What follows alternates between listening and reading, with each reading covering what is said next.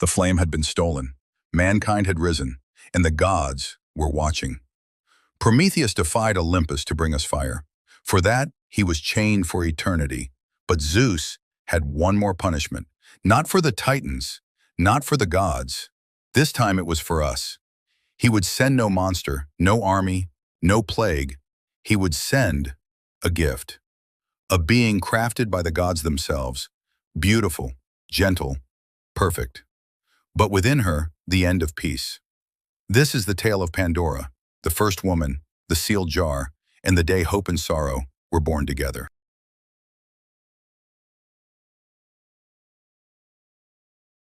Zeus gave the order, but it was the gods who answered.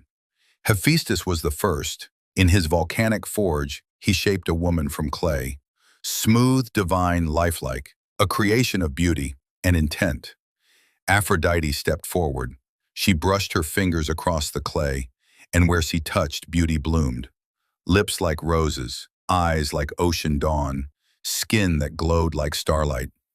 Hermes gave her the gift of persuasion and the art of deceit, a silver tongue wrapped in sweetness. She would smile and be believed.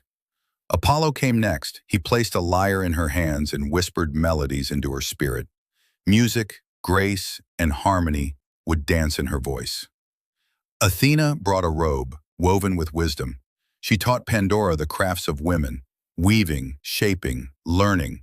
Hera approached last. She looked into Pandora's still eyes and gave her the one thing no god had dared: curiosity. Each gift was divine, each carefully chosen. When the last thread was woven, the last whisper given, the woman opened her eyes. She did not know what she was, but the gods did. Her name was Pandora, the all-gifted.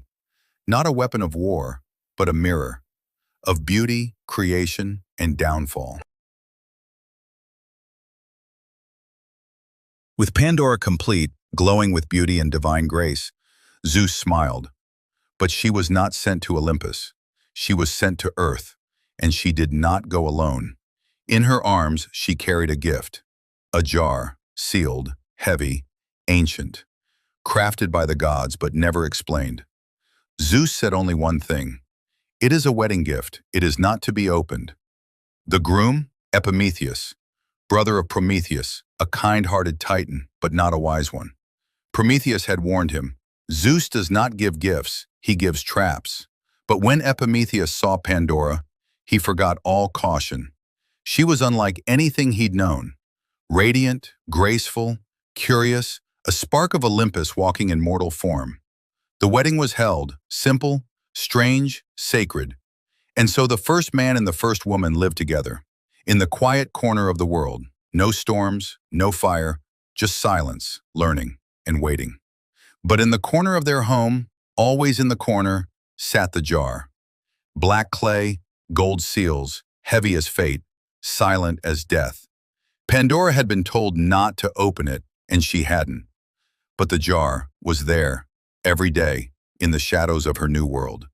Watching, waiting, whispering. Time passed. Pandora lived among mortals. She sang, learned, wandered, and wondered. She was not evil. She was thoughtful, bright, brave, curious. And in the corner of her home, the jar waited. It was always there, sealed, silent, strange. She told herself she wouldn't touch it, that obedience was wisdom, that mystery could remain mystery. But she was human, and curiosity is in our bones. Some days she looked at it and turned away, other days she sat beside it, just to feel it near her. She traced its patterns, imagined what could be inside. A gift, a secret, a song. Was it power? Was it knowledge? Was it love? It called to her, not in words, but in silence that felt too loud to ignore.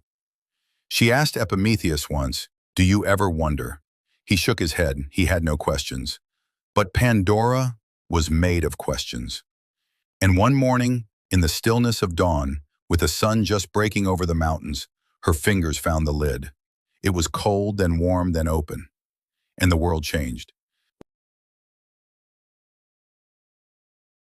With a single motion, the seal was broken, And from the jar came darkness. It didn't fall, it flew. Like smoke with claws, like wind with teeth. From its mouth poured the curses of the cosmos, sickness, twisting the bodies of mortals, pain, deep, gnawing, endless. War, the madness that makes brother strike brother. Envy, greed, fear, serpents that slipped into every heart. Grief, famine, old age, lies, crawling across the earth like rot. Pandora screamed, but it was too late. She tried to push them back, but they had no form. She tried to close the lid, but they were already gone. And the sky wept. The forest went still. The mortals who had once danced in firelight now trembled in shadow.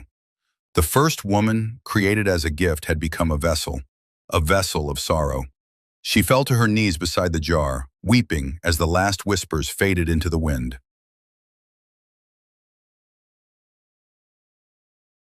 Pandora collapsed beside the jar.